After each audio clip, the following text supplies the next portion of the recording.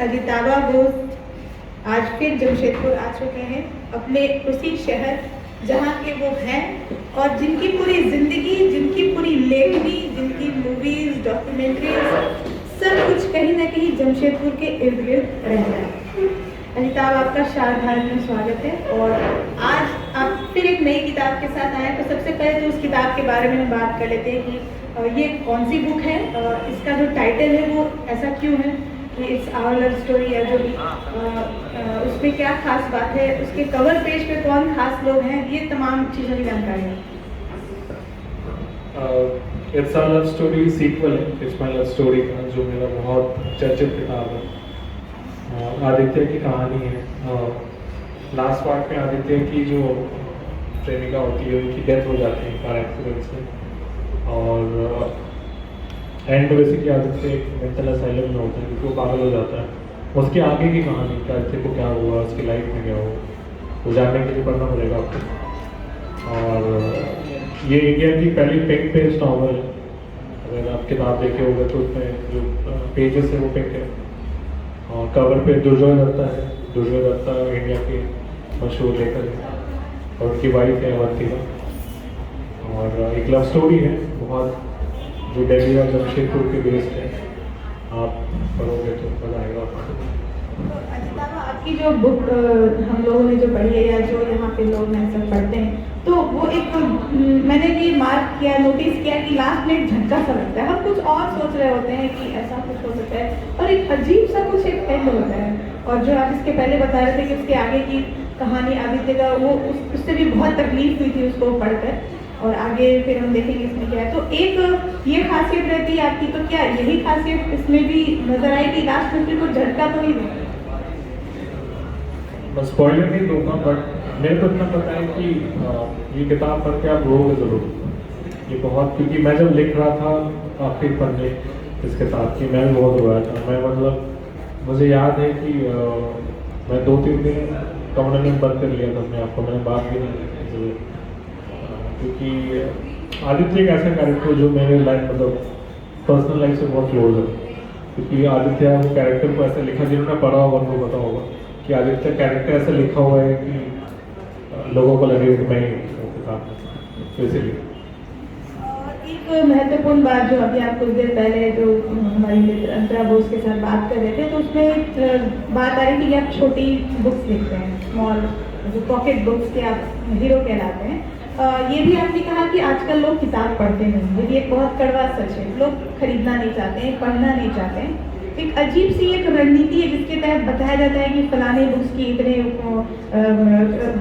बिक गई प्रतियां, या ये सब भी एक रणनीति लगती है। क्योंकि आप जैसे मान लीजिए यहाँ पर भी आपके बहुत से कदरदान मिल जाएंगे कि हाँ, उनमें से बहुत सारे ऐसे लोग हैं जो अजितावा घोष की बुक्स पढ़ चुके होंगे, लेकिन बहुत से ऐसे राइटर हैं जो भले ही फेमस हों, लेकिन आम आदमी तो नहीं पढ़ रहा है आपको। ये जो एक गैप है, इस बीच में आप ये पॉकेट बुक्स लेकर आए, आपको लगता है कि यही फ्यूचर है? क्योंकि अब जब की अब की पीढ़ी जो है भाग रही है किताब से, तो पॉकेट बुक्स के जरिए ही आप जो है फिर से वो क्रिएट कर सकते हैं वातावरण जिसके तहत लोग फिर किताबें पढ़ें। एक्चुअली पॉकेट बुक लाने का मकसद ही यही था कि लोग किताब देख के भागते हैं।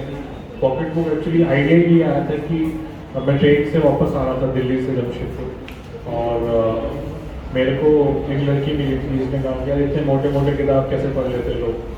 तो उस दिन आइडिया आया था कि पॉकेट बुक निकालते हैं, छोटे किताब। बहुत लोग पढ़ना चाह रहे थे, लोग पढ़ना नहीं चाहते। लोग पढ़ना चाहते हैं बट क्योंकि टाइम होता नहीं है या मोटा पेजेस देख के ना वो छोड़ देते हैं किताब। तो पॉकेट बुक एक ऐसा चीज़ है जो बहुत जल्दी ख़त्म हो जाती है।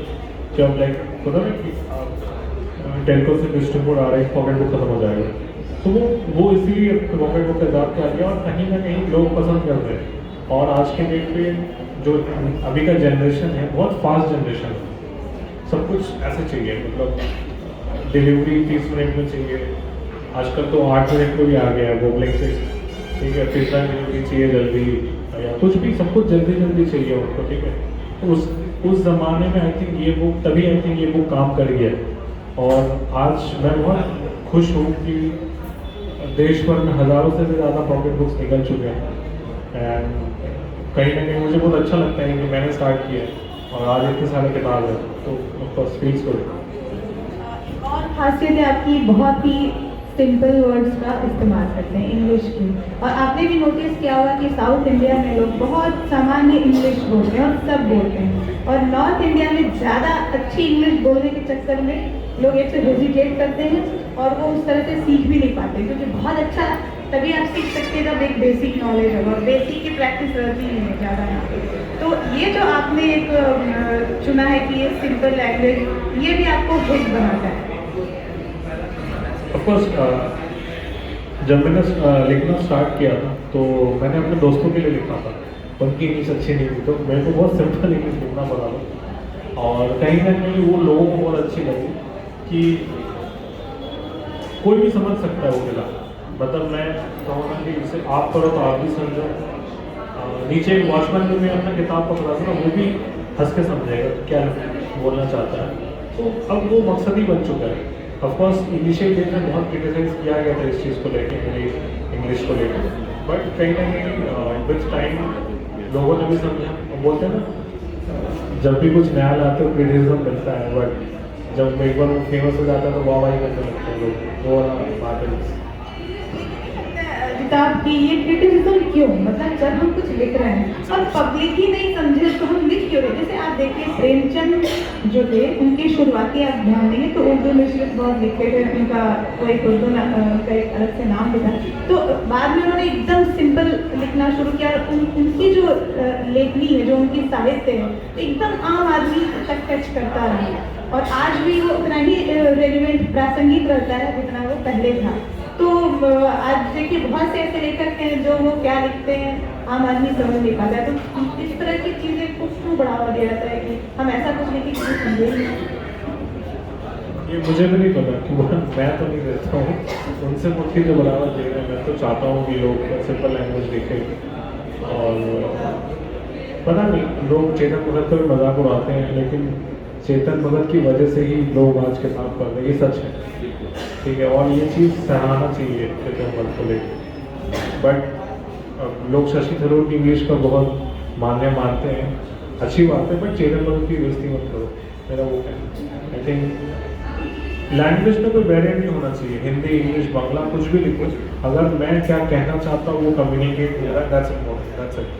उसके बाद आप कैसे लिख रहे हो, क्या लिख रहे हो, मीनिंग ऑफ चीज़ है कि आपने एक पब्लिकेशन हाउस बनाया है, आप खुद तो अपनी करते हैं और दूसरों की भी बुक्स पब्लिश करते हैं। एक बहुत बड़ी समस्या है कि कोई अगर राइटर बनना चाहता है तो ये जीविका नहीं बन पाती है, क्योंकि उसको कैसे सेल करे, कैसे मार्केटिंग करे नहीं पता है। और आज के समय में इतना चैलेंजिंग हो गया है कि लोग पढ़ना नहीं चाहते हैं किताब, लेकिन जो लिखने की इच्छा है जो वो तो रहती है, लोग लिखते हैं। तो आपका पब्लिकेशन हाउस नए राइटर्स को कैसे प्रमोट करता है, क्या कुछ बता?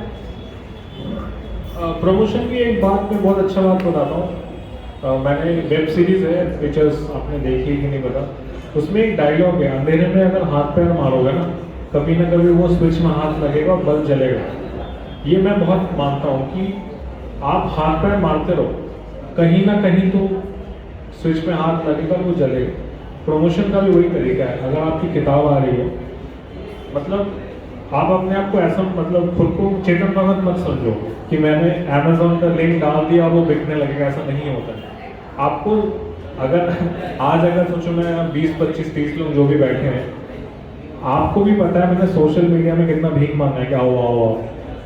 आज भी 8 साल बाद, जबकि मुझे ज़रूरत नहीं है इतना बोलने का, फिर भी मैं बोलता हूँ। और मैं क्या, अगर आप दुर्जय दत्ता को देखो या रविंद्र सिंह को देखो, जो बड़े चर्चित ऑथर हैं, वो भी ऐसे ही करते हैं। वो डेली प्रमोशन करते हैं अपनी किताब की, डेली बोलते हैं कि यहाँ आ जाओ, प्लीज़ मिलने आ जाओ, and that's how promotion works.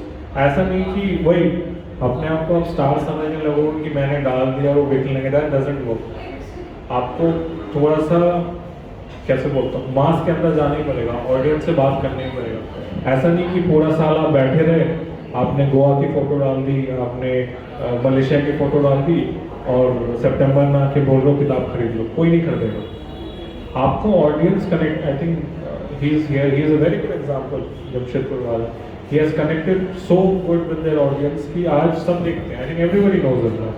So वो क्योंकि वो रेगुलर डालते हैं, that is the main। आपको रोज कुछ ना कुछ डालना है और ऑडियंस रिलेटेड डालना है। ये नहीं कि आज मैं गोवा में 5 स्टार होटल में खाना खा रहा हूँ, किसी को कोई फर्क नहीं पड़ता, उल्टा चिढ़ते हैं। अच्छा सच है, चिढ़ते हैं वो लोग। आप ये डालो ना कि आप उनके लिए क्या कर रहे हो, ठीक है। अगर मैं डाल रहा हूँ ना कि जमशेदपुर, मैं ये नहीं दिखाना चाहता था कि मैं बहुत बड़ा राइटर हूँ, मैं लॉन्च कर रहा हूँ। मैं ये दिखाना चाहता हूँ कि मैं चाहता हूँ कि आप लोग आओ मेरे से मिलने, ताकि हम लोग बात करें। अगर आपको किसी को भी बुक निकालना है तो मैं डायरेक्ट बात कर सकूँ आपसे, बिकॉज डायरेक्ट मीडियम के थ्रू बात कर। यूजली क्या होता है ना, मेरे को ये भी समझ में आया निधि कि मैं कोई बड़ा सेलेब नहीं हूँ, लेकिन लोग फिर भी डीएम का रिप्लाई देकर खुश हो जाते हैं, क्योंकि मेरा ब्लू टिक है। जमशेदपुर आपके दिल के करीब रहता है, कोई खास वजह? मेरे दोस्त यार परिवार सब जमशेदपुर ही है। मतलब मेरा दिल्ली में मन नहीं लगता सच में। मैं बस वहाँ को, मेरी कर्म भूमि है, वहाँ पर मेरा सब कुछ है, बिजनेस वगैरह। बट मैं बहुत जल्द 5-10 साल में, मतलब 40 के पहले मैं चाहता हूँ कि मैं वापस जमशेदपुर वो। बहुत शुक्रिया अजिताभ, और आपको आपकी आने वाली किताब को लेकर भी एडवांस में शुभकामनाएं। और अभी जो रिलीज हुई आज उसके लिए तो है, और आप इसी तरह जमशेदपुर आकर सबको खुशियाँ प्रदान करते रहिए। ये बड़ा गर्व होता है आप सबको कि जमशेदपुर का एक लड़का है जो दिल्ली में है, जो इतना बड़ा राइटर है, जो दूसरे राइटर्स के लिए भी पब्लिकेशन हाउस खोलकर उनको सपोर्ट कर रहा है। हम बताना चाहेंगे शाल भारत के दर्शकों को कि अजिताभा ने जो पब्लिकेशन हाउस खोला है उसके माध्यम से कई जो नए राइटर्स हैं उनको ये हेल्प करते हैं, और ये खुद जो अर्न करते हैं वो चैरिटी में देते हैं।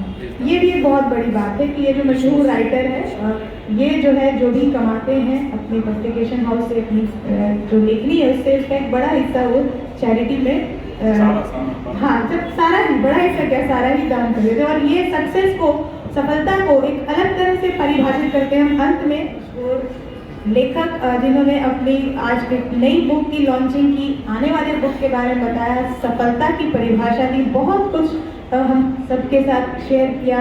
ये बताया कि लिखना ही काफ़ी नहीं होता है, कैसे उसको सेल करते हैं, कैसे मार्केटिंग करते हैं, ये तमाम चीज़ों के बारे में इन्होंने बताया। और ये वास्तव में सीखने की ज़रूरत है कि सिर्फ लिखना ही काफ़ी नहीं होता है, वो पूरी एक रणनीति होती है, और उसके साथ जब मिलाकर आप मार्केट में आते हैं तब जाकर के आपकी बुक जो है कहीं जाकर मशहूर होती है, या फिर उसको लोग पढ़ पाते हैं। और खासकर ऐसे समय में जब बुक लोग नहीं पढ़ रहे हैं, किताबें नहीं पढ़ रहे हैं, अजिताभा जिस रणनीति के साथ अपनी किताबों को लॉन्च कर रहे हैं, ये सीखने की ज़रूरत है। सहयोगी जीतू के साथ अन्य अमृता, शाल भारत के लिए।